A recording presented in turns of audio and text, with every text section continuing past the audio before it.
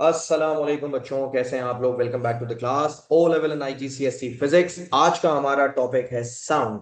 एक बहुत ही छोटा सा चैप्टर, बहुत ही आसान सा चैप्टर, और आपको पता भी नहीं चलेगा और ये चैप्टर कंप्लीट हो जाएगा। क्या है साउंड के बारे में, पहले साउंड के बारे में जल्दी से वो तमाम बातें पढ़ लेते हैं जो कि बहुत सिंपल हैं, बहुत बेसिक हैं। जैसे कि sound is a form of energy, हर बच्चा जानता है। जैसे लाइट एनर्जी है, वैसे साउंड भी क्या है, साउंड भी फॉर्म ऑफ एनर्जी है। Sound waves are mechanical waves. Sound waves कैसी वेव्स हैं? मैकेनिकल वेव्स हैं। शायद आपको याद हो मैकेनिकल वेव्स क्या होती हैं। मैकेनिकल वेव्स ऐसी वेव्स होती हैं जिनको ट्रैवल करने के लिए किस चीज की जरूरत होती है? मीडियम की जरूरत होती है। देखो नीचे लिखा हुआ भी है मैंने, require a medium to travel. Sound waves are mechanical waves, that means they require a medium to travel. नीचे लिखा हुआ है sound waves are longitudinal waves. देखो आपको ये मैंने बताया था कि दो तरीके की वेव्स होती हैं। कुछ वेव्स ऐसी होती हैं जिनके अंदर जो वाइब्रेशंस है, वाइब्रेशंस वो परपेंडिकुलर टू द वेव होती हैं। और कुछ वेव्स ऐसी भी होती हैं कि जिनके अंदर vibrations parallel to the wave होती हैं। तो जिनके अंदर वाइब्रेशंस परपेंडिकुलर होती हैं उसे हम ट्रांसवर्स कहते हैं, जिनके अंदर वाइब्रेशंस पैरेलल होती हैं उन्हें हम लॉन्गिट्यूडनल कहते हैं। तो साउंड वेव्स भी कैसी वेव्स हैं मेरे बच्चों? साउंड वेव्स भी लॉन्गिट्यूडनल वेव्स हैं। लॉन्गिट्यूडनल वेव्स का मतलब the particles of medium move या vibrate parallel to the energy transfer. यानी पार्टिकल्स की जो वाइब्रेशन होती है वो पैरेलल पैरेलल होती है, परपेंडिकुलर नहीं होती। जब कभी भी साउंड ट्रैवल करता है, साउंड प्रोड्यूसेस कंप्रेशंस एंड रेयरफैक्शंस। जैसे इस वक्त फॉर एग्जांपल मेरे और आपके बीच में, लेट्स से आप मेरे सामने बैठे हैं क्लास में, तो मेरे और आपके बीच में क्या मीडियम है? मेरे और आपके बीच में हवा है, हवा, air. What is the medium between you and me? The medium is air. तो साउंड इस वक्त कौन से मीडियम से ट्रैवल कर रहा है? साउंड इस वक्त एयर से ट्रैवल कर रहा है। तो जब साउंड एयर से ट्रैवल करेगा तो एयर के अंदर क्या होगा? एयर के अंदर कंप्रेशंस होंगे, रेयरफैक्शंस होंगे। कंप्रेशंस का मतलब ये हुआ कि एयर के पार्टिकल्स करीब आएंगे। रेयर फैक्शंस का मतलब है एयर के पार्टिकल्स दूर जाएंगे। पार्टिकल्स करीब आते हैं, दूर जाते हैं, करीब आते हैं, दूर जाते हैं, करीब आते हैं, दूर जाते हैं। इसे ही हम कहते हैं कंप्रेशंस एंड रेयर फैक्शंस। मैं फिर से रिपीट कर रहा हूं, कंप्रेशंस का मतलब क्या है? कंप्रेशंस का मतलब है साउंड पार्टिकल्स, एयर पार्टिकल्स का करीब आना या मीडियम के पार्टिकल्स का करीब आना। रेयर फैक्शंस का मतलब है मीडियम के पार्टिकल्स का दूर जाना। क्लियर हो गया? अच्छा, मैं एक बात और बता दूं आपको, ये मैं ड्राइंग की मदद से समझा दूं। फॉर एग्जाम्पल ये देखो, यहां पर मैंने कुछ वेव फ्रंट्स बनाए आपके सामने। क्या बनाए? वेव फ्रंट्स बनाए। ये हैं मेरे बच्चों compressions, rarefactions, compressions, rarefactions. याद रखो और ये बात भूलनी नहीं है। कंप्रेशन से कंप्रेशन का जो फासला होता है, कंप्रेशन से कंप्रेशन का जो डिस्टेंस होता है, इस डिस्टेंस को आप बोलते हैं वेव लेंथ। और जरूरी नहीं है कि वेवलेंथ को आप कंप्रेशन से कंप्रेशन का डिस्टेंस ही बोलें। Wavelength can be a distance between rarefaction and rarefaction. तो कंप्रेशन से कंप्रेशन भी वेवलेंथ हो सकता है, रेयर फैक्शन से रेयर फैक्शन भी वेवलेंथ हो सकता है। ये बात आपको पता होनी चाहिए। वेवलेंथ क्या होता है? वेवलेंथ की एक्चुअल डेफिनेशन है, वेवलेंथ की एक्चुअल डेफिनेशन है distance between identical points on a wave. किसी भी वेव पे एक जैसे पॉइंट्स का डिस्टेंस कहलाता है बच्चों वेवलेंथ। क्लियर हो गया? तो यहां पर कंप्रेशन से कंप्रेशन का फासला भी वेवलेंथ हो सकता है, रेयर फैक्शन से रेयर फैक्शन का फासला भी वेवलेंथ हो सकता है। ये बात समझ आ गई होगी आपको। और असल बात ये पढ़ लो जल्दी से, क्या लिखा हुआ है? Sound is produced by vibrations. Sound produce करने के लिए वाइब्रेशंस चाहिए। जब कभी भी वाइब्रेशंस होती हैं साउंड प्रोड्यूस होता है। मैं तुम्हें एक छोटी सी एग्जांपल देता हूं। तुम लोगों ने म्यूजिकल इंस्ट्रूमेंट्स तो देखे होंगे। एक बहुत ही फेमस म्यूजिकल इंस्ट्रूमेंट है गिटार। गिटार की स्ट्रिंग्स जब वाइब्रेट करती हैं वो क्या प्रोड्यूस करती हैं? साउंड प्रोड्यूस करती हैं। वायलिन की स्ट्रिंग्स जब वाइब्रेट करती हैं साउंड प्रोड्यूस होता है। पियानो की स्ट्रिंग्स जब वाइब्रेट करती हैं साउंड प्रोड्यूस होता है। जब आप ड्रम बजाते हो तो ड्रम में भी क्या होता है? वो जो ड्रम के ऊपर वो जो स्ट्रेच्ड एक मेम्ब्रेन होती है, वो मेम्ब्रेन वाइब्रेट करती है जिसकी वजह से साउंड प्रोड्यूस होता है। अरे सब छोड़ो, कभी तुमने बात करते हुए, कुछ बोलते हुए अपने गले पे हाथ रखा है? कुछ बोलते हुए अपने गले पे हाथ रखो, अ, अ, कुछ बोलते हुए जब आप अपने गले पे हाथ रखेंगे आपको अपने हाथों पे वाइब्रेशन महसूस होगी। इसका मतलब जब कभी भी वाइब्रेशंस होती हैं वहां साउंड प्रोड्यूस होता है। अब देखो, मैंने तुम्हें अभी तक साउंड के बारे में मैंने तुम्हें बताई हैं टोटल चार बातें। कौन कौन सी चार बातें बताई हैं? सुनो, पहले मैंने तुम्हें बताया साउंड एक फॉर्म ऑफ एनर्जी है। फिर मैंने तुम्हें बताया साउंड एक मैकेनिकल वेव है, मतलब साउंड को ट्रैवल करने के लिए मीडियम की जरूरत पड़ती है। फिर मैंने तुम्हें बताया कि साउंड वेव्स लॉन्गिट्यूडनल वेव्स हैं। लॉन्गिट्यूडनल वेव्स का मतलब ये हुआ कि साउंड वेव्स जब ट्रैवल करती हैं तो मीडियम के पार्टिकल्स पैरेलल वाइब्रेट करते हैं। और चौथा मैंने बताया sound waves are produced by vibrations. अगर ये चारों बातें समझ आ गई तो मुझे जल्दी से एक थम्स अप दे दो रिएक्शन में फटाफट से। अगर ये चारों बातें समझ आ गई हैं तो मुझे जल्दी से एक थम्स अप दे दो। वेरी गुड, परफेक्ट, ग्रेट, जबरदस्त। अब मेरे बच्चों आओ बड़े एक मजे का टॉपिक पढ़ाता हूँ। इस टॉपिक का नाम है फ्रीक्वेंसी रेंजेस। क्या नाम है टॉपिक का? Frequency ranges. तो मैं बता हम क्या करते हैं, हम साउंड को डिफरेंट फ्रीक्वेंसीज में डिवाइड कर देते हैं। सबसे पहली फ्रीक्वेंसी रेंज कहलाती है ऑडिबल रेंज, जो नंबर 1 पे लिखी है। ऑडिबल रेंज के बारे में देखो ग्रीन कलर से क्या लिखा हुआ है, this range is audible to human ear. तुम्हें पता है जो हमारे कान है, हमारे कान हर फ्रीक्वेंसी की आवाज को नहीं सुन सकते। आपके कान हर फ्रीक्वेंसी की आवाज को नहीं सुन सकते। आपके कानों के सुनने की एक लिमिट होती है। आपके कान 20 हर्ट्ज से कम फ्रीक्वेंसी की साउंड नहीं सुन सकते, और आपके कान 20,000 हर्ट्ज से ज्यादा फ्रीक्वेंसी की आवाज भी नहीं सुन सकते। इसका मतलब ये हुआ तुम्हारे कानों की एक लिमिट है। अगर उस लिमिट से आवाज नीचे हुई या ऊपर हुई तो तुम्हारे कान वो आवाज नहीं सुन सकते बच्चों। क्लियर हो गया? तो what is the human audible range? The human audible range is 20 hertz to 20,000 hertz। और 20,000 hertz को हम 20 किलो हर्ट्स भी बोलते हैं, क्योंकि तुम्हें पता है कि 1000 का मतलब होता है किलो। यस सुनो, तो फिर से सुनो, 20 हर्ट्स बोलो, 20,000 हर्ट्स बोलो, बात एक। ठीक है, 20,000 हर्ट्स बोलो, 20 किलो हर्ट्स बोलो, बात एक ही है। तो हमारे कानों के सुनने की रेंज क्या है? From 20 hertz to 20,000 hertz. या फिर आप ऐसे भी बोल सकते हैं from 20 hertz to 20 kilo hertz. Exactly. अब फर्ज करो एक आवाज है जो 20 हर्ट्स से भी कम है, 20 हर्ट्स से भी कम है, तो वो तो हमें सुनाई नहीं देगी।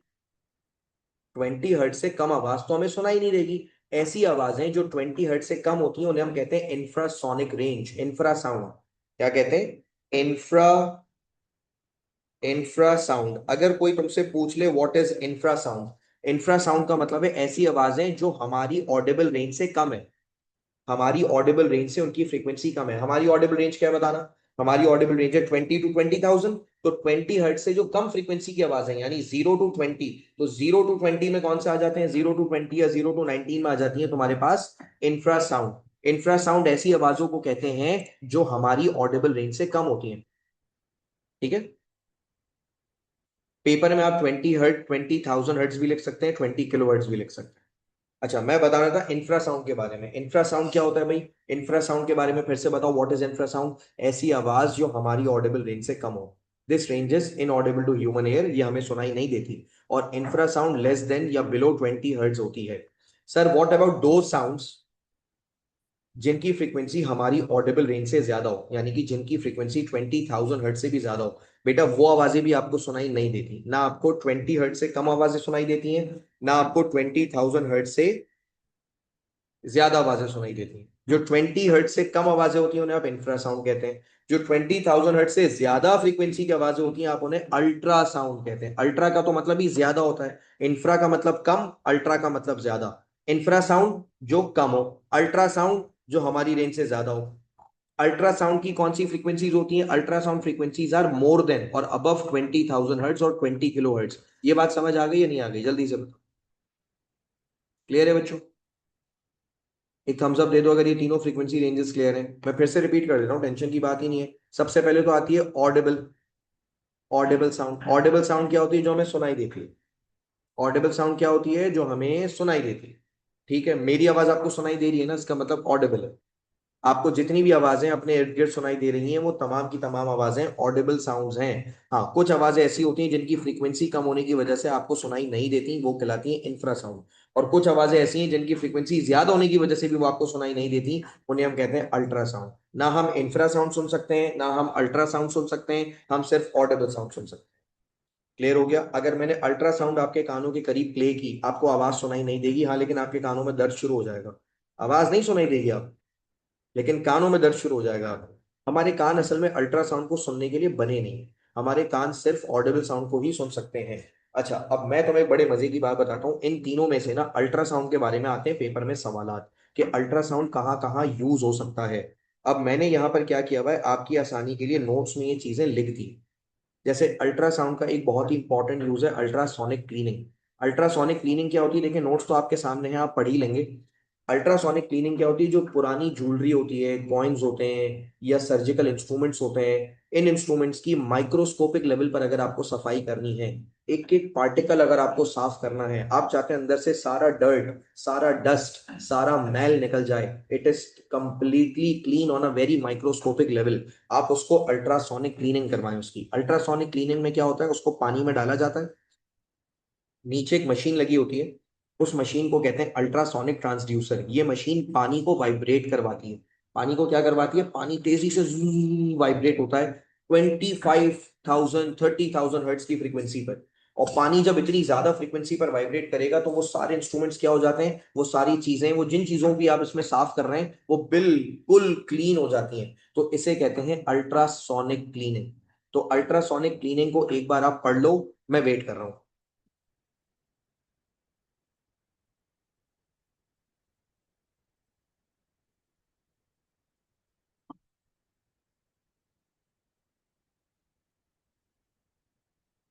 आपने पढ़ लिया होगा। अल्ट्रासोनिक क्लीनिंग में क्या बताया गया है कि आप पानी में डाल देते हैं, पानी वाइब्रेट करता है और सारा डर्ट निकाल देता है। अच्छा, आपको इससे ज्यादा डिटेल नहीं पता होनी चाहिए। जितनी डिटेल मैंने यहाँ लिखी है ना, ये आपके एग्जाम के हिसाब से, ये ना ज्यादा है ना कम है, आपको इतनी ही पता होनी चाहिए, ये एग्जाम के हिसाब से है बेटा। ठीक है, अल्ट्रासाउंड की एक और एग्जाम्पल है, इसके भी पेपर में सवाल आता है हमें। पढ़े, क्या लिखा हुआ है, SONAR, सोनार। सोनार का फुल फॉर्म है साउंड नेविगेशन एंड रेंजिंग। लिखा हुआ है ultrasound is used under water by submarines for detection, navigation and ranging। जैसे सबमरीन्स हैं, सबमरीन्स को कैसे पता भाई कहाँ जाना है, किस पे अटैक करना है, कहाँ से रास्ता है, तो पानी के अंदर सोनार यानी साउंड वेव्स इस्तेमाल की जाती हैं। साउंड वेव्स टकरा कर वापस आती हैं और आप नेविगेशन करते हैं। सोनार जैसी ही एक और चीज होती है रेडार। सोनार जैसी ही एक और चीज होती है रेडार। रेडार इस्तेमाल करते हैं एरोप्लेन्स। रेडार कौन इस्तेमाल करता है, एरोप्लेन्स इस्तेमाल करते हैं। ठीक है, आपके एयरक्राफ्ट इस्तेमाल करते हैं रेडार। रेडार साउंड, रेडार पानी के अंदर नहीं इस्तेमाल होता। ठीक ठीक है, रेडार कहाँ होता है, रेडार होता है हवा में, पानी के अंदर होता है सोनार। और सोनार कौन इस्तेमाल करते हैं, सोनार सबमरीन इस्तेमाल करती हैं। किस पर्पस के लिए इस्तेमाल होती है सोनार, अल्ट्रासाउंड वेव्स जाती हैं, किसी भी ऑब्जेक्ट से टकराती हैं, टकरा के वापस आती हैं, और अल्ट्रासाउंड वेव्स की रिफ्लेक्शन को स्टडी करके फिर आप पता लगाते हैं कि आगे क्या मौजूद है। इस टेक्नोलॉजी को आप क्या कहते हैं, आप सोनार कहते हैं। मैं आपको एक सोनार की छोटी सी एग्जांपल दे देता हूं। फर्ज करें, ये आ गया पानी, ये पानी आ गया, ये क्या आ गया भाई, ये पानी आ गया, और ये पानी के अंदर आ गई एक अदर सबमरीन। ये एक सबमरीन आ गई पानी के अंदर, this is a submarine inside the water. Clear है। अब सबमरीन चेक करना चाहती है कि आगे कोई दुश्मन की कोई दूसरी सबमरीन तो नहीं है। अब फर्ज करें यहां पर एक और सबमरीन है जो छुप के बैठी है, दिस इज अनदर सबमरीन। अब ये फर्स्ट वाली सबमरीन पता है क्या करेगी, फर्स्ट वाली सबमरीन सेकंड वाली सबमरीन को डिटेक्ट कैसे करेगी, इसके अंदर से निकलेंगी साउंड वेव्स। इन साउंड वेव्स को कहते हैं सोनार। सोनार टेक्नोलॉजी कहलाती है ये। जब ये साउंड वेव्स सेकंड सबमरीन से टकराएंगी, तो सेकंड सबमरीन से टकरा कर ये वापस आएंगी, और जब ये वापस आएंगी टकराकर, तो रिफ्लेक्शन की वजह से, अच्छा वैसे साउंड वेव्स के रिफ्लेक्शन को क्या कहते हैं, साउंड वेव्स के रिफ्लेक्शन को कहते हैं एको। रिफ्लेक्शन की वजह से, एको की वजह से पता चल जाता है कि आगे कोई ऑब्स्टिकल है या नहीं, आगे कोई ऑब्स्ट्रक्शन है या नहीं है, आगे कोई ऑब्जेक्ट है या नहीं। इस टेक्नोलॉजी को आप कहते हैं सोनार, साउंड नेविगेशन एंड रेंजिंग। अच्छा, अल्ट्रासाउंड का जो थर्ड बहुत इंपॉर्टेंट यूज है, ये यूज हम नहीं करते, ये यूज जानवर करते हैं, लिखा हुआ है एको लोकेशन। एको लोकेशन में भी अल्ट्रासाउंड इस्तेमाल होता है। लिखा हुआ है bats produce bursts of ultrasound which reflect from an obstacle, which are then detected by bats to locate their route. Similar ability is possessed by beluga whales। तुम्हें पता है चमगादड़ जो है बैट, बैट को रात में दिखाई नहीं देता। बैट को रात में दिखाई नहीं देता। तो बैट देख कर नहीं उड़ता, वो सुन के उड़ता है। बैट बड़ा मुख्तलिफ जानवर है। बैट देखता नहीं है, सुन के उड़ता है। सर बैट सुन के कैसे उड़ता है? बैट क्या करता है? बैट चिल्लाता है जोर जोर से। और कौन सी फ्रीक्वेंसी में चिल्लाता है? वो ऑडिबल फ्रीक्वेंसी में नहीं चिल्लाता, वो अल्ट्रासोनिक फ्रीक्वेंसी में चिल्लाता है। बैट चिल्लाएगा, चिल्लाने से अल्ट्रासाउंड निकलेगी, अल्ट्रासाउंड टकराकर वापस आएगी। तुमने कभी नोट किया है बैट के कान कितने बड़े बड़े होते हैं? बैट के जो ईयर्स हैं, कान है, कितने बड़े बड़े होते हैं? वो कान अल्लाह ने इसीलिए इतने बड़े बड़े बनाए हैं, कुदरती तौर पर, नेचुरली तौर पर उसके कान इसीलिए इतने बड़े होते हैं कि वो साउंड को वापस क्या कर सके, सुन सके। और साउंड सुन के फिर वो डिटेक्ट करता है कि भाई आगे कोई ऑब्स्ट्रक्शन है या नहीं है, आगे रास्ता है या नहीं है, आगे जाना चाहिए या नहीं जाना चाहिए। तो बैट बिल्कुल वही टेक्नोलॉजी इस्तेमाल कर रहा है जो आपकी सबमरीन इस्तेमाल करती है। एक्चुअली मैंने उल्टा बोला, सबमरीन्स वो टेक्नोलॉजी इस्तेमाल कर रही हैं जो बैट्स के पास naturally as a super power मौजूद है। और बैट्स जैसी ही यही सेम एबिलिटी बेलुगा वेल्स में भी होती है। पानी के अंदर, समंदर के अंदर बेलुगा वेल्स भी यही काम करती हैं जो बैट्स कर रही हैं। ये अल्ट्रासाउंड प्रोड्यूस करती हैं, अल्ट्रासाउंड जाकर टकराकर वापस आता है, और वापस आई हुई वेव्स को डिटेक्ट करके फिर वो आगे के अपने रूट को डिसाइड करती हैं। कितनी मजे की टेक्नोलॉजी है ना। अच्छा, इसके बाद अल्ट्रासाउंड और कहाँ इस्तेमाल होता है? अल्ट्रासाउंड इस्तेमाल होता है मेरे बच्चों एलिमिनेशन ऑफ किडनी स्टोन्स में। आपको पता है हमारे यहाँ एक बड़ी बहुत कॉमन एक बीमारी है, किडनी में स्टोन्स हो जाते हैं। किडनी में, आपके गुर्दे में पत्थर हो जाती है, पथरी हो जाती है छोटी सी। लिखा हुआ है ultrasound is sent in the kidney which shatters the kidney stone into much smaller fragments, those fragments are then released in urinal discharge. क्या मतलब हुआ बेटा? अगर फर्ज करो किसी पेशेंट की किडनी में स्टोन, क्या किया जाता है? अल्ट्रासाउंड भेजी जाती है। अल्ट्रासाउंड तुम्हें तो पता है ना कितनी ज्यादा फ्रीक्वेंसी होती है अल्ट्रासाउंड की। तो जब अल्ट्रासाउंड उस स्टोन से जाके टकराएगी, वो स्टोन क्या होता है? वो स्टोन वैसे तो बहुत छोटा सा होता है, वो स्टोन और छोटे छोटे टुकड़ों में तकसीम हो जाता है, और छोटे छोटे फ्रैगमेंट्स में स्प्लिट हो जाता है। फिर पेशेंट को बोला जाता है आप पियो बहुत सारा पानी। पानी पिलाने के बाद वो यूरिन के थ्रू, आपके यूरिनल डिस्चार्ज के थ्रू वो आपकी बॉडी में से निकल जाता है। हाँ, लेकिन ये भी बता दूं मैं, अगर वो किडनी स्टोन बड़ा है तो फिर बड़े किडनी स्टोन को इस तरह से एलिमिनेट नहीं किया जाता। बड़े किडनी स्टोन को एलिमिनेट करने के लिए फिर लेजर ट्रीटमेंट करवाया जाता है, लेजर ऑपरेशन होता है बाकायदा। लेजर की मदद से उस किडनी स्टोन को वहां से खत्म किया जाता है। क्लियर हो गया? अच्छा, अल्ट्रासाउंड का एक और बहुत इंपॉर्टेंट इस्तेमाल है, इसको कहते हैं सोनोग्राफी। सोनोग्राफी। और सोनोग्राफी में जो सबसे ज्यादा पेपर में सवाल आया हुआ है, वो आया हुआ है प्री नेटल स्कैन के बारे में। सोनोग्राफी, और सोनोग्राफी के अंदर प्री नेटल स्कैन। सोनोग्राफी का है अल्ट्रासाउंड की मदद से किसी पेशेंट की बॉडी के अंदर के मामलात पता लगाना, what is happening inside the human body.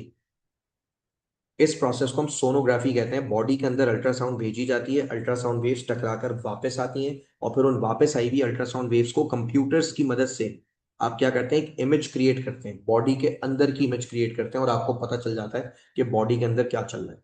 Sonography के अंदर जो सबसे ज्यादा कॉमन तरीन स्कैन है वो कहलाता है prenatal scan. Prenatal scan का मतलब है पैदाइश से पहले का स्कैन।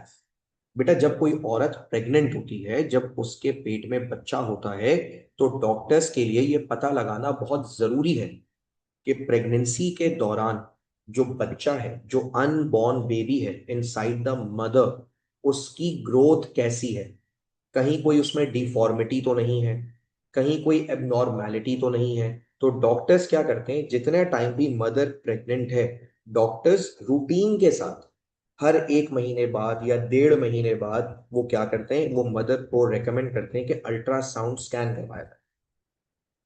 अल्ट्रासाउंड स्कैन में क्या किया जाता है मैं आपको बता देता हूँ, देखिए यहाँ लिखा हुआ भी है, ultrasound waves are sent inside the womb. Womb क्या होता है बेटा? आपकी बॉडी में, मदर की बॉडी में जहां बेबी लोकेटेड है, जहां बच्चा होता है, उस जगह को कहते हैं वूम। अच्छा, कुछ बच्चे यहाँ पे, मैं एक बात बता दूं, कुछ बच्चे यहाँ पे पेपर में गलत जुमला लिखकर आते हैं, लिखकर आते हैं बेबी इनसाइड द स्टमक।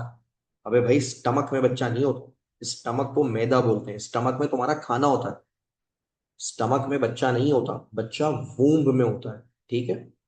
तो ये एक मतलब फॉर एग्जाम्पल, जहां तक मेरी नॉलेज है, बायोलॉजी के बच्चे तो ये गलती कभी भी नहीं करेंगे, क्योंकि उन्हें ये पढ़ाई जाती है चीजें, आई थिंक उन्हें ये बात पता होती है कि stomach is not somewhere where the baby is. ठीक है, baby is never in the stomach, stomach को तो मैदा बोलते हैं। बच्चा कहाँ होता है, बच्चा वूम्ब में होता है, दैट समवेयर। मुझे एग्जैक्टली तो उसकी वो एनाटॉमी नहीं पता, लेकिन मुझे इतना पता है कि वूम्ब एब्डोमेन के पास होता है, नॉट एग्जैक्टली ऊपर होता है, वूम्ब थोड़ा नीचे होता है, एब्डोमेन के पास होता है। ठीक है, तो यहाँ क्या लिखा हुआ है, are sent inside the womb using a probe, probe उस मशीन को कहते हैं जिससे अल्ट्रासाउंड अंदर जाती है। The sound waves reflect from the unborn baby, a computer processes all the reflected sound waves to produce a computerised digital image. देखो पूरी बात सुनो, आपने क्या किया, आपने एक मशीन की मदद से अल्ट्रासाउंड वेव्स अंदर भेजी, ठीक है, ये ह्यूमन बॉडी आ गई, ठीक है। ह्यूमन बॉडी के अंदर आपने क्या किया, आपने देखें ये जो आपको पार्ट दिखाई दे रहा है, दिस पार्ट इज द वूम। ओहो, एक मिनट, मेरी पेंसिल का चार्ज खत्म हो गया। बेटा मैं आपको समझा रहा था what is happening in this ultrasound scan. देखो ये आ गई मदर्स बॉडी, ठीक है, the region where there is the baby, ठीक है, यू कॉल इट वूम, ठीक है। इसके अंदर आ गया ये आपका अनबॉर्न बेबी, ये अनबॉर्न बेबी आ गया, ठीक है। मैं ये डायग्राम दोबारा बना के इसलिए दिखा रहा हूं ताकि तुम इसको सही से विजुअलाइज कर सको। ये आ गई वो मशीन जिसकी मदद से आप अल्ट्रासाउंड वेव्स को अंदर भेजेंगे बॉडी में। क्लियर हो गया, ये मशीन में से अल्ट्रासाउंड वेव्स निकल के अंदर जाएंगी, वो अंदर जाकर टकराएंगी और टकराकर वापस आएंगी। और जब ये अल्ट्रासाउंड वेव जाकर टकराकर वापस आती हैं, तो कंप्यूटर क्या करता है, कंप्यूटर इन रिफ्लेक्टेड वेव्स को प्रोसेस करके क्या करता है, कंप्यूटर इन्हें प्रोसेस करता है और प्रोसेस करने के बाद एक इमेज क्रिएट करता है। ये हो गया आपका ultrasound scan, that's it. Clear हो गया। अच्छा जी, तो ये जो मैंने आपको यूजेस बताए ना, ये पेपर में बहुत ब्रीफली आते हैं मगर आते हैं। अच्छा, इन पांचों में मैं ये बता देता हूँ सबसे ज्यादा जो इंपॉर्टेंट है, ये जो मैंने पांच यूजेस बताए ना आपको, कौन कौन से मैं बता देता हूँ दोबारा से। एक मैंने आपको बताया अल्ट्रासोनिक क्लीनिंग, एक मैंने आपको बताया सोनार, एक मैंने आपको बताया एकोलोकेशन, एक मैंने आपको बताया एलिमिनेशन ऑफ किडनी स्टोन, और एक मैंने आपको बताया सोनोग्राफी। इनमें से जो सबसे ज्यादा पेपर में सवाल आ चुका है वो है प्री नेटल स्कैन, सोनोग्राफी का। तो ये वाला आपको आना चाहिए, ठीक है। अच्छा, इसके बाद आ जाए स्पीड ऑफ साउंड के बारे में कुछ बातें सुनने भाई। अच्छा, स्पीड ऑफ साउंड निकालने का तरीका बेटा बिल्कुल वही है जो आपने पहले निकाला था वेव्स में। वेव्स में स्पीड कैसे निकालते थे, एक फॉर्मूला था लैम्डा अपॉन टाइम पीरियड, एक तो ये वाला फॉर्मूला था वेवलेंथ अपॉन टाइम पीरियड, और स्पीड निकालने का और फॉर्मूला था v is equal to f lambda. तो जो फॉर्मूला आपने वहां पढ़े थे सेम वही फॉर्मूला यहाँ पे भी है, कोई अलग थोड़ी है। साउंड क्या है, साउंड वेव ही है ना, तो स्पीड निकालने का फॉर्मूला कोई अलग थोड़ी हो जाएगा, स्पीड निकालने का फॉर्मूला वही है। क्लियर हो गया। अच्छा, लेकिन ये एक बात बता दूं, साउंड सबसे ज्यादा फास्ट कहाँ ट्रैवल करता है और सबसे स्लो कहाँ ट्रैवल करता है। तो देखो लिखा हुआ भी है, sound travels fastest in solids, faster in liquids and slowest in gases. सबसे ज्यादा जो स्पीड होती है साउंड की वो सॉलिड्स में होती है, फिर लिक्विड्स में होती है, फिर गैसेस में होती है। जैसे इस वक्त मेरे और आपके बीच में क्या है, हवा है, तो एयर में साउंड सबसे स्लो ट्रैवल करती है compare to solids and liquids.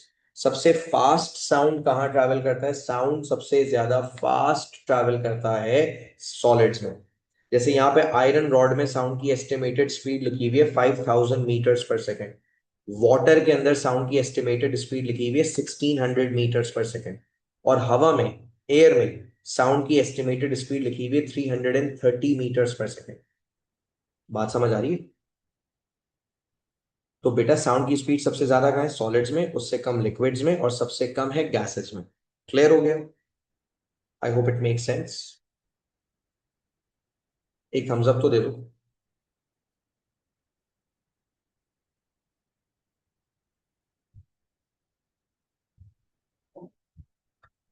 Good, perfect, ठीक है। अच्छा जी, अब आ जाए मेरे बच्चों, ये एक बड़ा इंपॉर्टेंट कॉन्सेप्ट है, इसको हम कहते हैं characteristics of sound, loudness, pitch and quality. जब तक आपने ये तीन चीजें नहीं समझी आपने कुछ नहीं समझा।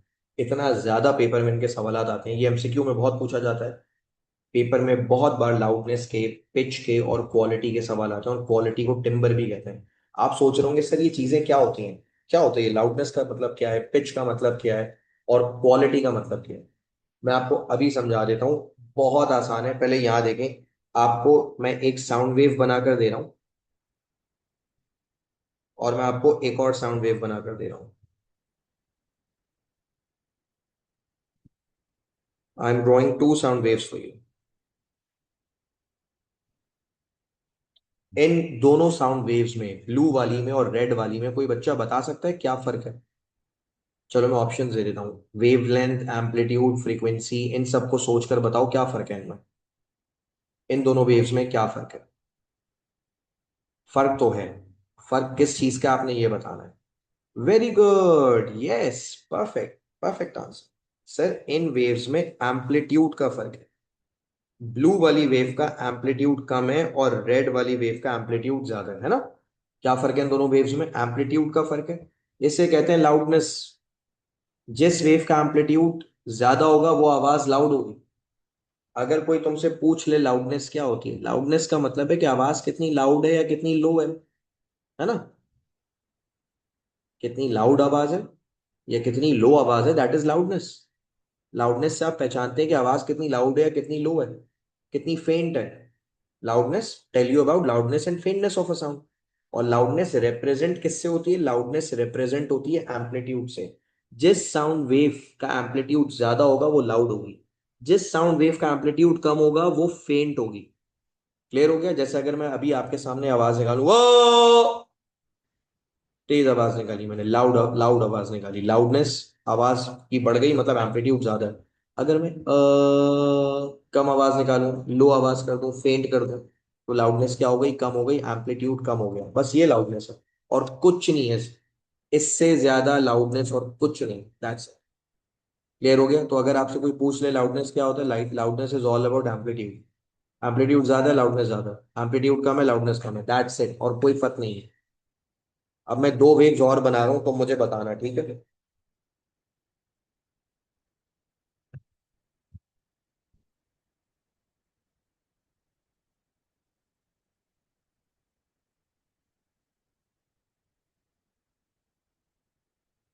ब्लू वेव में और रेड वेव में किसका फर्क है, ये सेकंड डायग्राम देखकर बताओ।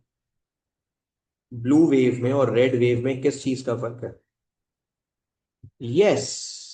ब्लू वेव की फ्रीक्वेंसी और रेड वेव की फ्रीक्वेंसी में देखो बड़ा डिफरेंस है। ब्लू वेव में फ्रीक्वेंसी लेस है, लेस नंबर ऑफ वेव। देखो फ्रीक्वेंसी होता था number of waves per unit time. Blue वाली वेव की फ्रीक्वेंसी कम है और रेड वाली वेव की फ्रीक्वेंसी ज्यादा है ना? ब्लू की फ्रीक्वेंसी कम है और रेड की फ्रीक्वेंसी ज्यादा है, ये पिच है। That is a difference of pitch. जिसकी फ्रीक्वेंसी कम होती है वो लो पिच है, जिसकी फ्रीक्वेंसी ज्यादा होती है वो हाई पिच है। जो लो पिच साउंड होता है ना, low pitch sound, low pitch sound तुम्हें कैसा सुनाई देता है?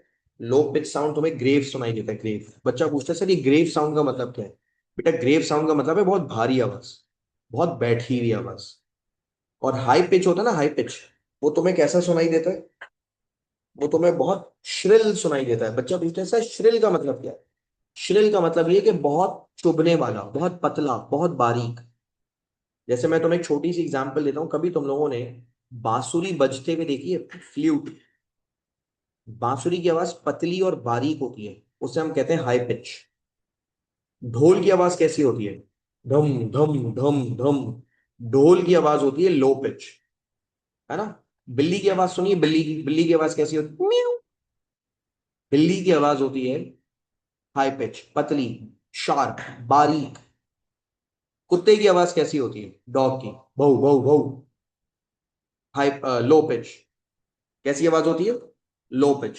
तो इससे क्या सीखा तुमने? जो पतली और बारीक की आवाज होती है, बारीक आवाज, पतली आवाज, चुभने वाली आवाज, सर में दर्द हो जिससे चुभती है जो आवाज, वो होती है हाई पिच। जो भारी आवाज होती है, मोटी आवाज होती है, वो होती है लो पिच। जैसे लड़कों की इन जनरल, ये मैं सब पे अप्लाई नहीं कर रहा, लेकिन इन जनरल एक जनरल ऑब्जर्वेशन है, लड़कों की, मर्दों की आवाज लो पिच होती है, भारी होती है, बैठी हुई होती है, ग्रेव होती है। लड़कियों की आवाज कैसी होती है? लड़कियों की आवाज होती है हाई पिच। सही है? फ्रीक्वेंसी ज्यादा होती है, श्रिल आवाज होती है, शार्प होती है ना? तो ये एक कॉमन डिफरेंस है पिच का। तो बेटा देखो, अगर मैं तुमसे पूछूं लाउडनेस हमें क्या बताता है, लाउडनेस हमें एम्पलीट्यूड बताता है। लाउडनेस हमें क्या बताता है बच्चों? लाउडनेस हमें एम्पलीट्यूड बताता है। पिच हमें क्या बताता है? पिच हमें फ्रीक्वेंसी बताता है। थर्ड चीज क्या है बेटा? थर्ड चीज है क्वालिटी। अब देखो मैं तुम्हारे सामने एक और चीज बना रहा हूं।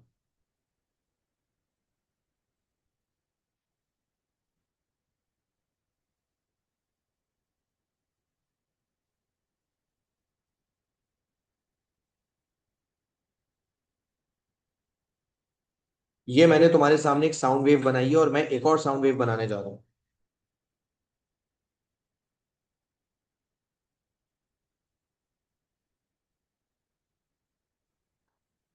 इन दोनों साउंड वेव्स में किस चीज का फर्क है? एक मैंने ब्लू वाली साउंड वेव बनाई है, एक मैंने रेड वाली साउंड वेव बनाई है। तुम पता है क्या बोलोगे? ना इनमें एम्पलीट्यूड का फर्क है, ना इनमें फ्रीक्वेंसी का फर्क है। इनमें फर्क है किसका? इनमें फर्क है शेप का। इनमें फर्क है वेव फॉर्म का। Wave form. वेव ही अलग है, बिल्कुल दिखने में ही अलग है। तो इसे कहते हैं क्वालिटी। सर ये कब होता है? मैं तुम्हें बताता हूँ। अच्छा एक बात बताओ, तुम्हारे घर में, तुम्हारे घर में जितने भी लोग हैं क्या सबकी आवाजें अलग अलग है? अलग अलग है ना? अगर मैं तुम्हें ब्लाइंड फोल्ड कर दूं, तुम्हारी आंखों पे पट्टी बांध दूं, और तुम्हारे घर का एक एक बंदा आकर तुमसे कुछ बोल के जाए, क्या तुम उन्हें सिर्फ आवाज से पहचान लोगे? आवाज से पहचान लोगे ना कि हाँ ये आवाज अम्मी की है, ये आवाज अब्बा की है, ये आवाज बहन की है, ये भाई की है ना? अगर आपके घर वाले, क्योंकि आपके घर वालों की मैंने एग्जांपल इसलिए दी क्योंकि हमें घर वालों की आवाजों की पहचान होती है। तो मैं बताना क्या चाह रहा हूँ सुनो, ये जो एक आवाज दूसरी आवाज से डिफरेंट होती है ना, वो क्वालिटी की वजह से होती है। अगर मैं तुम्हारे सामने एक म्यूजिक बजाऊं गिटार पे, और मैं एक म्यूजिक बजाऊं वायलिन पे, एक गिटार पे और एक वायलिन पे, तुम आराम से सुन के बता दोगे कि यार सर ये वाला जो म्यूजिक है ना, ये गिटार पर बजा रहे हैं आप, और ये वाला म्यूजिक वायलिन से आ रहा है। गिटार और वायलिन की आवाजें अलग अलग होती है ना, पहचान है ना तुम्हें? है ना पहचान? तो इसका मतलब क्या हुआ? इसका मतलब ये हुआ कि उन दोनों की क्वालिटी अलग है। तो लाउडनेस से तुम्हें क्या पता चलता है? आवाज कितनी हाई है या कितनी लो है। पिच से तुम्हें क्या पता चलता है? आवाज कितनी श्रिल है या कितनी ग्रेव है, कितनी मोटी है कितनी पतली है। लाउडनेस से तुम्हें वॉल्यूम पता चलता है, हाई लो। पिच से तुम्हें पता चलता है आवाज कितनी मोटी है कितनी पतली है। और तुम्हें वेव फॉर्म, क्वालिटी से पता चलता है कि वेव फॉर्म कैसा है, शेप कैसा है, आवाज में फर्क क्या है। अगर मैं तुम्हारे सामने दो सिंगर्स के गाने प्ले करूं, मुझे नहीं पता आप गाने सुनते हैं नहीं सुनते, अगर कोई बच्चा नहीं सुनता तो आई होप ऑफेंड ना हो इस एग्जाम्पल से, लेकिन कुछ लोग सुनते भी हैं। तो अगर आप फर्ज करें गाने सुनते हैं और मैं आपके सामने किसी भी एक फेमस सिंगर का गाना प्ले कर दूं, हसन रहीम का गाना प्ले कर दूं, कोई हसन रहीम फैन है, मैंने हसन रहीम का गाना प्ले कर दिया आपके सामने, ठीक है, और दूसरा मैं आपके सामने प्ले कर दूं आतिफ असलम का गाना, आप आवाज सुन के बता देंगे यार कि ये हसन रहीम गा रहा है, ये आतिफ असलम गा रहा है। क्यों? क्योंकि आपको उनकी आवाजों की पहचान है। ठीक है, आपको उनकी आवाजों की क्या है? आपको उनकी आवाजों की पहचान है। क्यों पहचान है? क्योंकि आपने उनके गाने सुने इतने, उनकी आवाजों की क्वालिटी अलग है। अच्छा कभी ऐसा हुआ है कि आपने दो लोगों की आवाजें सुनी और दो लोगों की आवाजें बिल्कुल एक जैसी हो सुनने में? कभी ऐसा हुआ है? जैसे मैं आपको अपने घर पे एग्जांपल देता हूँ, मेरे घर में मेरी दो बहनों की आवाजें बहुत मिलती हैं। My two sisters they sound very very similar, specially on phone. जब मैं फोन पे बात करता हूँ उनसे, मैं अक्सर बता नहीं पाता कि मैं किससे बात कर रहा हूँ, बड़ी गली से बात कर रहा हूँ छोटी गली से बात कर रहा हूँ, दे साउंड सिमिलर। तो अगर दो आवाजें आपको बिल्कुल सेम महसूस हो रही है, इसका मतलब ये हुआ बच्चों कि उनकी आवाजों की क्वालिटीज क्लोज है, सिमिलर है। उनकी आवाजों की जो वेव फॉर्म है वो तकरीबन मिलती जुलती है, एग्जैक्ट सेम नहीं हो सकती। याद रखना, एग्जैक्ट सेम तो उनकी आवाज भी नहीं हो सकती। दो आवाजें एग्जैक्टली सेम हो ही नहीं सकती। क्यों? क्योंकि उनकी क्वालिटी का फर्क है। अच्छा एक चीज और, एक आखिरी चीज और बतानी है, ये बड़ी इंपॉर्टेंट बात है। कभी तुमने अपने किसी दोस्त को वॉइस नोट करने के बाद व्हाट्सएप पे सुना है उस वॉइस नोट को दोबारा? जैसे मेरी एक आदत है, जब मैं वॉइस नोट भेजता हूँ ना, when I send an audio note, तो वॉइस नोट भेजने के बाद मैं उसको दोबारा सुनता हूँ। और दोबारा सुन के मैं अपने आप पे ही ना, अपने आप पे ही मैं बड़ा डाउट फील करता हूँ, तो यार कितनी गंदी आवाज है है ना? बहुत ही गंदी आवाज होती है मेरी आवाज। मुझे नहीं पता मेरी आवाज कैसी है, लेकिन अल्लाह माफ करे वॉइस नोट पे तो इतनी गंदी है कि क्या बताऊं। अब सवाल ये कि मुझे अपनी आवाज इतनी गंदी क्यों लग रही है, मैं आपको बताता हूँ। मेरी आवाज इतनी गंदी है नहीं जितनी मुझे लग रही है। क्यों? क्योंकि मुझे अपनी आवाज सुनने की आदत है जो मेरे गले में से निकली। जो मेरे गले में से निकली। वॉइस नोट पे जो आवाज प्ले हो रही है वो मोबाइल के स्पीकर पे प्ले हो रही है। ये दोनों आवाजें सेम नहीं हो सकती। ये दोनों आवाजें सेम नहीं हो सकती, सुन लो ये मेरी बात। The sound which is being emitted from your mouth, जो तुम्हारे मुंह से निकल रही है आवाज, जो तुम्हारे गले से निकल रही है आवाज, और जो तुम्हारे मोबाइल के स्पीकर से आवाज निकल रही है, दोनों सेम नहीं है। That is why it sounds very different and very very cringe जो तुम कह रही हो आमना। ये क्रिंज इसीलिए लग रही है क्योंकि वो एक्चुअली तुम्हारी आवाज नहीं है। Don't doubt on your self. ठीक है। तुम्हारी आवाज बुरी इसलिए लग रही है, बेसुरी इसलिए लग रही है क्योंकि तुम मोबाइल पर सुन रहे हो जिसकी तुम्हें आदत नहीं है। क्लियर हो गया? अब जैसे आप लोग, बहुत सारे बच्चे मुझसे क्लासरूम्स में फिजिकली पढ़ते हैं, ऑन साइट पढ़ते हैं, तो उन्हें अभी अपने मोबाइल पे अगर वो देख रहे हैं ये क्लास, या जूम पे अपने लैपटॉप पे देख रहे हैं, तो उन्हें इनफैक्ट मेरी आवाज भी डिफरेंट लग रही होगी नॉर्मल से, है ना? ये डिफरेंट इसीलिए लग रही है क्योंकि आपको डायरेक्ट मुझे सुनने की आदत है। अभी आप स्पीकर के थ्रू मुझे सुन रहे हैं। दोनों चीजें डिफरेंट हैं, दोनों की क्वालिटीज अलग हैं। तो फिर से सुनो। Loudness tells you about amplitude, pitch tells you about frequency, and quality tells you about waveform। बात समझ आ गई या नहीं आई? जल्दी बताओ, एक थम्स अप दे दो जल्दी से।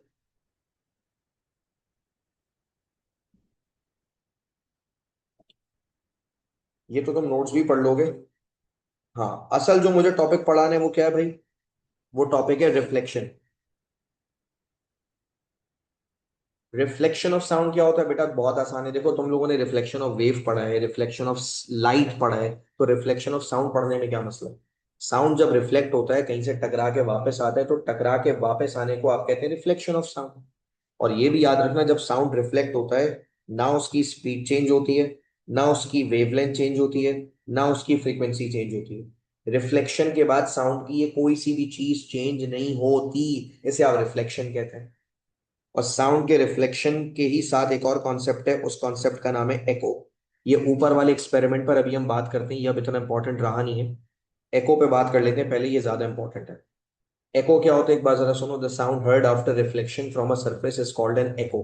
आवाज का टकराकर वापस सुनाई देना एको कहलाता है। आवाज गई, टकराई, टकरा के वापस आई। जब आवाज टकरा के वापस आती है, आप इसे कहते हैं एको। क्लियर हो गया? साउंड के रिफ्लेक्शन को आप एको कहते हैं। रिफ्लेक्शन के बाद सुनाई देने वाला साउंड कहलाता है एको। अच्छा, एको का फॉर्मूला है speed is equal to 2D/T। अच्छा, बहुत सारे बच्चे बोलते हैं सर ये 2D क्यों लिख रहे हैं आप? आपने तो हमें पढ़ाया था स्पीड का फॉर्मूला होता है डिस्टेंस अपॉन टाइम। आप 2D क्यों लिख रहे हैं? क्योंकि बेटा आवाज के जाने का डिस्टेंस और वापस आने का डिस्टेंस। 2D क्यों लिख रहा हूं? आवाज गई है, टकराकर वापस आई है। दैट इज वाई एको के फॉर्मूला में जब स्पीड का फॉर्मूला बनाते हैं हम, तो हम लिखते हैं 2D/T। 2D/T। समझ आ गई बात? जैसे ये स्पीकर यहाँ पे बनाया हुआ है, स्पीकर से साउंड निकल के दीवार पे गई, दीवार से टकरा के वापस आई, तो जाने का डिस्टेंस D, वापस आने का डिस्टेंस भी D। तो टोटल डिस्टेंस कितना हो गया? टोटल डिस्टेंस हो गया 2D। ये होता है एको। अच्छा, अब यहाँ पर चैप्टर तो खत्म हो गया है, मुझे तुम्हें एक बड़ी इंपॉर्टेंट चीज पढ़ानी है। वो है थोड़े बहुत इसके क्वेश्चंस। जब तक क्वेश्चंस नहीं करोगे तब तक रियलाइज नहीं होता कि जो पढ़ा है वो समझ आया भी है या नहीं आया। क्लियर हो गया? जैसे पहले ही क्वेश्चन पढ़ो। पहले क्वेश्चन में क्या लिखा हुआ है? पहले क्वेश्चन में लिखा हुआ है a sound wave passes through a substance. The diagram shows the position of molecules of the substance at one point in time. कह रहे हैं which type of wave is a sound wave and what is at X. कह रहे हैं कि sound wave कौन सी wave है, मतलब ट्रांसवर्स है या लॉन्गिट्यूडनल है। और फिर कह रहे हैं ये जो एक्स बनाकर आपको दिया हुआ है, ये क्या है? ये कंप्रेशन है या रेयर फ्रैक्शन? तो पहले तो ये बात तुम्हें पता होनी चाहिए कि साउंड वेव्स कौन सी वेव्स हैं। साउंड वेव्स लॉन्गिट्यूडनल वेव्स हैं। और एक्स जहां पे बना हुआ है बच्चों, वो कंप्रेशन है। कंप्रेशन की पहचान ये होती है कि पार्टिकल्स करीब आ जाते हैं। रेयर फ्रैक्शन में क्या होता है? रेयर फ्रैक्शन में पार्टिकल्स दूर दूर होते हैं। क्लियर हो गया? तो ये सवाल बड़ा आसान था। ठीक है, मैं सारे जाहिर नहीं करवाऊंगा, लेकिन मैं वो सारे सवाल करवाना चाहूंगा जो इंपॉर्टेंट है। क्वेश्चन नंबर 2 पढ़े भाई। क्वेश्चन नंबर 2 में क्या लिखा हुआ है? A sound wave in a solid is represented by series of lines. बेटा सॉलिड के अंदर ट्रैवल करने वाला ये साउंड है जिसको उन्होंने लाइंस की मदद से दिखाया हुआ है। और यहाँ पे सी का मतलब है कंप्रेशन और आर का मतलब है रेयर फ्रैक्शन। अब कह रहे हैं विच स्टेटमेंट इज करेक्ट। पढ़ो और आंसर दो।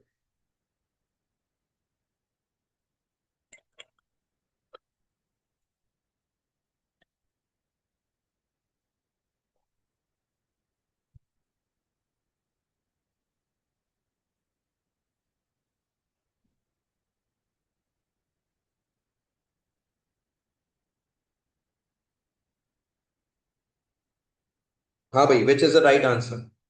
देखो, लास्ट वाला पढ़ो, कह रहे हैं the pattern of lines represents a transverse wave. बेटा डी तो हो ही नहीं सकता, साउंड लॉन्गिट्यूडनल होता है, ट्रांसवर्स थोड़ी होता है। सी में लिखा हुआ है distance between compression and rarefaction is wavelength. गलत। बेटा कंप्रेशन से रेयरफैक्शन वेवलेंथ थोड़ी होता है। कंप्रेशन से कंप्रेशन वेवलेंथ होता है, या रेयरफैक्शन से रेयरफैक्शन वेवलेंथ होता है। ठीक है। अच्छा, बी में कह रहे हैं the direction of travel of sound wave is parallel to the lines. गलत। बेटा ये वेव फ्रंट्स हैं, और वेव फ्रंट्स हमेशा परपेंडिकुलर होते हैं, ये मैंने वेव्स वाले चैप्टर में भी सिखाया था। मेजॉरिटी बच्चों ने यहाँ पे बी जवाब दिया है, निकम्मो, भूल गए? वेव्स वाले चैप्टर में नहीं पढ़ा था मैंने कि वेव फ्रंट्स हमेशा परपेंडिकुलर होते हैं। बेटा इस सवाल का सही जवाब है A, all points on one line move in the same direction at the same time. बेटा वेव फ्रंट की क्या एग्जांपल दी थी मैंने, क्या डेफिनेशन दी थी? वेव फ्रंट्स के बारे में मैंने बताया था, all the points, wave front क्या होती है? An imaginary line joining all the points on a wave which are vibrating in phase, जो एक जैसा वाइब्रेट कर रहे हो, वो एक जैसा मूव कर रहे हो।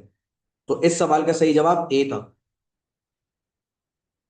क्लियर हो गया? अच्छा देखो, ए कैसे पता लगाया? डी नहीं हो सकता, सी नहीं हो सकता, बी नहीं हो सकता, तो ए ही होगा ना भाई। ये लॉजिक थी। अच्छा वो ये सवाल डिस्कस हो गया, वरना तो तुम लोग भर मार देते। देखें भाई, क्वेश्चन नंबर 3 में कह रहे हैं in which situation do sound waves not travel.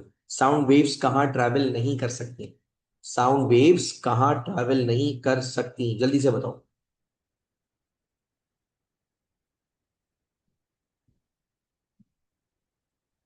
बेटा साउंड वेव्स कहाँ ट्रैवल नहीं कर सकती? साउंड वेव्स ट्रैवल नहीं करती स्पेस में, क्योंकि स्पेस में कोई मीडियम नहीं होता। There is no medium in space. Space में मीडियम नहीं है, तो साउंड वेव भी ट्रैवल नहीं कर सकती। वरना शिप टू अ सबमरीन पानी में भी ट्रैवल कर सकती है, सरफेस अंडरग्राउंड पे भी ट्रैवल कर सकती है, और हीलियम गैस के अंदर भी साउंड ट्रैवल कर सकती है। साउंड ट्रैवल कहाँ नहीं कर सकती? जहां there is no medium. Space में कोई मीडियम नहीं होता बच्चों, तो स्पेस में साउंड ट्रैवल नहीं कर सकती।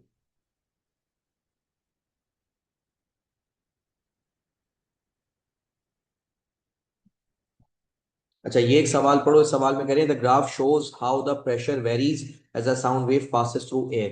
कह रहे हैं ये साउंड वेव का एक ग्राफ है, कह रहे हैं which point is a compression. बेटा ये बात याद रखना, कंप्रेशन पे प्रेशर ज्यादा होता है, रेयर फ्रैक्शन पे प्रेशर कम होता है। The right answer is B. इसकी लॉजिक बता रहा हूँ, ये सुन लो। कंप्रेशन जब जब होता है ना, मीडियम के पार्टिकल्स करीब आते हैं, प्रेशर बढ़ जाता है, और मीडियम के पार्टिकल्स जब दूर जाते हैं, प्रेशर कम हो जाता है। तो compression, rarefaction, compression, rarefaction, high pressure, low pressure, high pressure, low pressure.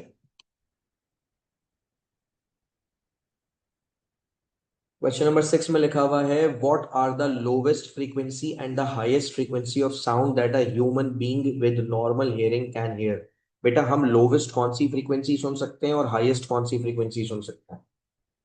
हमारी जो लोवेस्ट फ्रीक्वेंसी है बेटा वो है 20 हर्ट्स, और जो हाईएस्ट है वो है 20 किलो हर्ट्स। तो 20 हर्ट्स से 20 किलो हर्ट्स कौन सी है बच्चों? ये जितने बच्चे जो जल्दबाजी में जवाब दे रहे हैं ना, मैं चमाट लगाऊंगा तुम सबको। सही से पढ़ो, सही से पढ़ो। अगर सही से पढ़े होंगे ना, तो ये इतने रंग बिरंगी जवाब नहीं आएंगे। The right answer is C. ये जितनों ने जल्दी में बी और डी बोला है ना, इनकी पे पिटाई लगा दूंगा। सवाल बेटा ढंग से पढ़ा करो, पेपर में यही तो नंबर कटवा कर आओगे तुम लोग।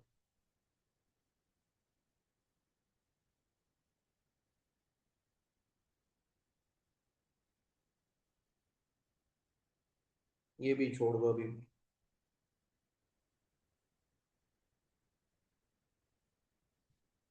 ये वाला क्वेश्चन करो जल्दी से।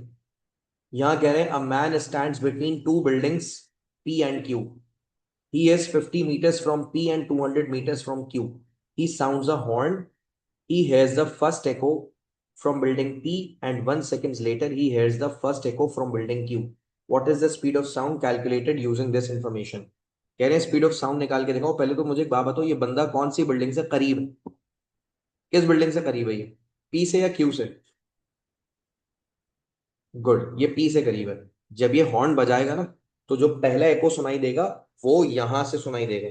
यहां से जो आवाज टकरा कर आएगा, ये फर्स्ट एको है। अच्छा एक बात बताओ, फर्स्ट एको कितना डिस्टेंस ट्रैवल हुआ? फर्स्ट एको का डिस्टेंस कितना है, 50 है या 100 है? फर्स्ट एको का डिस्टेंस कितना है? 100 है, वेरी गुड। 50 जाने का और 50 आने का, तो टोटल डिस्टेंस कितना हो गया? 100 मीटर। अब सेकंड एको का डिस्टेंस बताओ। 200 जाने का और 200 आने का, 400। अब मुझे एक बात बताओ, इन दोनों के बीच में कितना फासला है? एक 100 मीटर, एक 400 मीटर, गैप कितना है, डिस्टेंस कितना है? बीच का डिस्टेंस बताओ। डिफरेंस बताओ, डिफरेंस, आसान अल्फाज में डिफरेंस बताओ। पहले एको ने कितना साउंड ट्रैवल किया? 100 मीटर। दूसरे एको ने कितना साउंड ट्रैवल किया? 400 मीटर। तो डिफरेंस हो गया 300 मीटर। तो बेटा स्पीड का फॉर्मूला होता है डिस्टेंस अपॉन टाइम।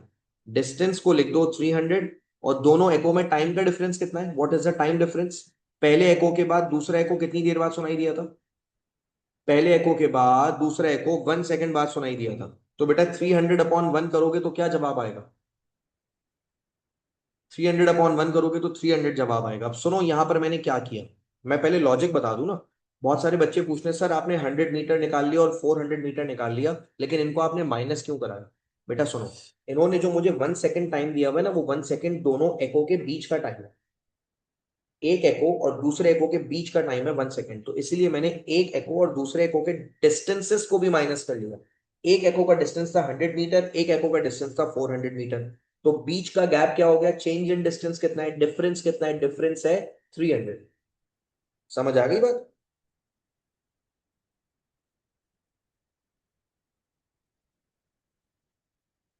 ये अभी सीआरओ वाला मैं इसलिए नहीं करा रहा क्योंकि अभी सीआरओ तुम लोगों ने देखा हुआ नहीं है। अभी 1 मिनट रुक जाओ। क्वेश्चन नंबर 15 करो। क्वेश्चन नंबर 15 में कह रहे हैं which property of a sound wave increases as the loudness of the sound is increased. अगर आपने, अच्छा अभी यहां पर एक सवाल आया, सर वो 2D वाला फॉर्मूला किस में लगेगा? मेरे बच्चे वो 2D वाला फॉर्मूला ही तो था। वो जो मैंने 100 कर दिया था, वो 100 कैसे किया? 50 को 2 से ही मल्टीप्लाई करके किया ना। अच्छा यहां पर क्या है, यहां पर कह रहे हैं कौन सी चीज बढ़ जाएगी अगर हमने लाउडनेस बढ़ा दी? बेटा ये तो बहुत आसान है, अगर आपने लाउडनेस बढ़ा दिया तो साउंड का एम्पलीट्यूड बढ़ जाए।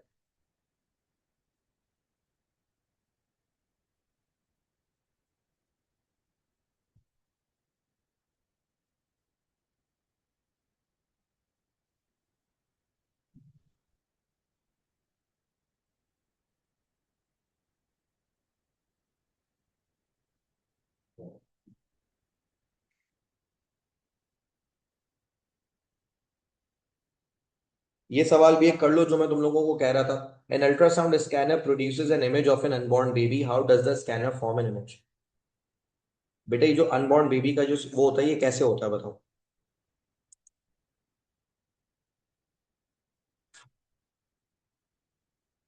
अल्ट्रासाउंड रिफ्लेक्ट होता है बेबी से, very good, the right answer is C, from ultrasound reflected by the baby. Clear हो गया? अच्छा अब थोड़ा सा कैलकुलेशन वाले सवाल करवाने को मुझे, जिनमें थोड़ी कैलकुलेशन मजे की है, तगड़ी कैलकुलेशन। चलो भाई क्वेश्चन नंबर 20 करने जा रहे हैं। क्वेश्चन नंबर 20 को बहुत इत्मीनान से पढ़ो। क्वेश्चन नंबर 20 में क्या लिखा है? A man stands 80 metres in front of a front cliff. Reflect क्यों होता है बेटा? आवाज टकरा कर रिफ्लेक्ट ही तो होगी, और क्या होगी? अल्ट्रासाउंड जब अंदर भेजा है तो वो बेबी से क्या होगा? बेबी से रिफ्लेक्ट ही होगा ना। अल्ट्रासाउंड कहीं से भी टकरा कर क्या होती है? टकरा कर रिफ्लेक्ट होती है। खैर, सवाल नंबर 20 करो। सवाल नंबर 20 में क्या कह रहे हैं? एक बंदा है जो कि 80 मीटर्स खड़ा है एक क्लिफ के सामने। He makes a loud bang and listens for the echo. He makes a loud bang once every second, हर सेकंड बाद वो आवाज कर रहा है। He hears an echo exactly half way between the bang that caused it and the next bang, what is the speed of sound? पहले तो मुझे बताओ सवाल क्या, सवाल समझाओ। पहले तो बताओ उस बंदे का और दीवार का, वो क्लिफ, सॉरी क्लिफ जो है, पहाड़ है जो भी है, उसका डिस्टेंस कितना है? डिस्टेंस 80 है। तो पहले तो बताओ आवाज जाएगी और जाकर वापस आएगी, तो जाने का 80 और वापसी का 80, तो 80 80, तो 2D करो ना। फॉर्मूला क्या था स्पीड का? था 2D। 2D, तो फॉर्मूला अगर मैं 2D वाला लगाऊं, 2D/T, 280 अपॉन टाइम। बेटा एको कितनी देर में वापस आया? कौन बच्चा पढ़ के बता सकता है एको कितनी देर में वापस आया? आवाज कितनी देर में जाके टकरा कर वापस आई है? आवाज मेरे बच्चों टकरा कर वापस आई है 0.5 सेकेंड्स में। अब बच्चा पूछता है, सर आपको कैसे पता आवाज 0.5 सेकेंड्स में वापस आई है? ये देखो ना उन्होंने क्या लिखा हुआ है, वो हर 1 सेकेंड के बाद लाउड बैंग प्रोड्यूस कर रहा है। He makes a loud bang once every second, और लिखा हुआ है he hears an echo exactly half between the bang and the next bang. यानी उसने पहली आवाज पैदा की, पहली आवाज पैदा करने के बाद दूसरी आवाज पैदा करने में 1 सेकेंड है, लेकिन उसके बीच ही एको वापस आ गया। यानी आवाज हाफ वे का मतलब है बीच में ही वापस आ गई, 0.5 सेकेंड्स में ही वापस आ गई। तो अब उसको सॉल्व करो, 2 इंटू 180, 2 इंटू 80 160, 160 अपॉन 0.5 करो, आंसर बताओ क्या आएगा? What will be the answer? The answer will be D. Yes. समझ आ रही है बात?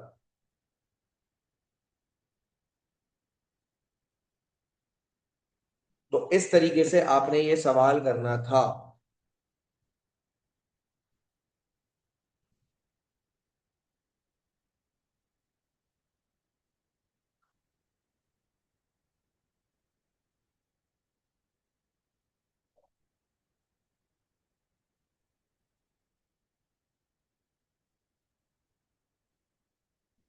अच्छा, ये क्वेश्चन करवाना है मुझे। ये है क्वेश्चन नंबर 16। इस क्वेश्चन को पहले तुम 1 मिनट पढ़ लो, जब तक मेरी पेंसिल चार्ज हो रही है तुम इस क्वेश्चन को पढ़ो।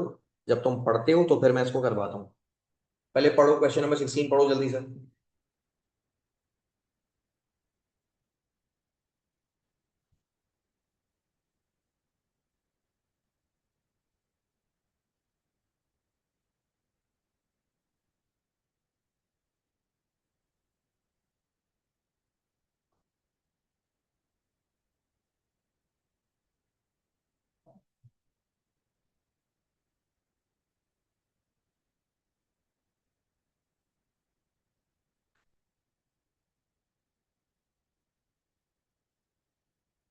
वो जो सीआरओ है ना बेटा, वो हम वीकेंड पे कर लेंगे, उसकी टेंशन नहीं। ऑनलाइन क्लास में सैटरडे संडे में हम कर लेंगे, वो एक क्लास का टॉपिक है, बहुत ईजी है। सीआरओ भी एक क्लास का टॉपिक है, और वो क्या था, इलेक्ट्रोमैग्नेटिक डिवाइसेस, वो भी एक क्लास का टॉपिक है।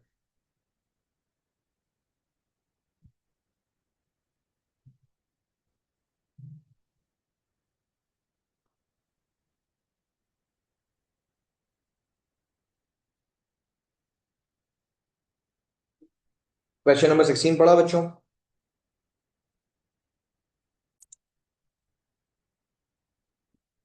ऑलराइट बच्चों, अब देखो इस सवाल को करना कैसे है, मैं आपको बता देता हूँ। यहाँ पे क्या करना है, सबसे पहले तो मुझे एक बात बताओ, कह रहे हैं एक शिप है, ये पानी आ गया, ये पानी के ऊपर शिप आ गया, और ये आ गया आपका सी बेड। सी बेड समझते हो, जो समंदर की सरफेस है, ऐसे सी बेड कहते हैं। कह रहे हैं वो अल्ट्रासाउंड पल्स को भेज रहे हैं, वो 1 सेकंड के बाद वापस आ रही है। पल्स जा रही है और वापस आ रही है, ठीक है?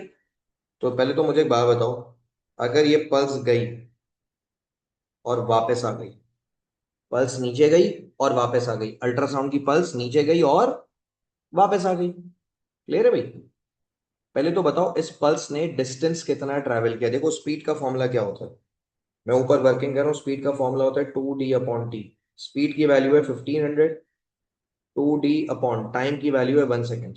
पल्स 1 सेकेंड में वापस आ गई ना, जरा डिस्टेंस निकाल लो। डिस्टेंस कैसे निकालोगे? 1500 × 1/2, डिस्टेंस आ गया 750 मीटर। इसका मतलब बेटा ये सी बेड कितना नीचे है, ये सी बेड है 750 मीटर्स नीचे। पहले तो मैंने सी बेड का डिस्टेंस निकाल लिया, इसका डिस्टेंस निकाल लिया सी बेड का। फिर से देखो मैंने क्या किया, आवाज गई, 1 सेकंड बाद वापस आ गई। तो अगर आवाज 1 सेकंड बाद वापस आ रही है तो उस हिसाब से डिस्टेंस कितना आ रहा है? उस हिसाब से डिस्टेंस आ रहा है 750 मीटर्स। समझ आ गई बात? अब ये कह रहे हैं a whale swims under the boat and a pulse is received 0.6 seconds after it is sent out। ओ, कह रहे हैं अब बीच में ना एक वेल आ गई है, वेल, एक वेल बना देते हैं भाई, एक वेल आ गई, क्लियर है? ये आ गई वेल। अब वेल की वजह से क्या हुआ भाई, अल्ट्रासाउंड जो कि 1 सेकंड बाद टकरा कर वापस आ रही थी, अब वो अल्ट्रासाउंड कितनी देर बाद टकरा कर वापस आ रही है? अब वो अल्ट्रासाउंड 0.6 सेकंड्स के बाद टकरा कर वापस आ रही है। एक काम करो, दोबारा डिस्टेंस निकाल लो, सेम फॉर्मूला दोबारा लगाओ। Speed is equal to 2d/t। Speed की वैल्यू है 1500, 2d/ टाइम की वैल्यू है 0.6। बेटा डी को सब्जेक्ट बनाओ। जब आप डी को सब्जेक्ट बनाओगे हो जाएगा 1500 इंटू 0.6/2। तो डी का आंसर क्या आ जाएगा? 2 1 2, 2 3 6, 1500 इंटू 0.3 आ जाएगा 450 मीटर्स। तो इसका मतलब बोर्ड से वेल कितना नीचे? बोर्ड से वेल है 450 मीटर नीचे। अब जरा मैं डायग्राम को जूम कर रहा हूं, डायग्राम देखना बच्चों। पहले तो मुझे एक बात बताओ, टोटल डिस्टेंस है 750, बोट और वेल का डिस्टेंस है 450। कौन बच्चा बताएगा वेल का और सी बेड का कितना डिस्टेंस है, जिसका मैंने क्वेश्चन मार्क बनाया? ये डिस्टेंस कितना है? अगर टोटल बेटा 750 है और ऊपर वाला 450 है, तो 750 में से 450 निकाल दो, ये वाला डिस्टेंस आ गया 300 मीटर। कैसा? अच्छा सवाल है ना? ऐसे होना था ये सवाल। तो right answer is 300। Sound chapter यहाँ पे खत्म हो गया। तो क्लास को एंड करेंगे, इसकी रिकॉर्डिंग अपलोड हो जाएगी यूट्यूब पे। थैंक यू सो मच, अपना ख्याल रखिएगा। अल्लाह हाफ़िज़।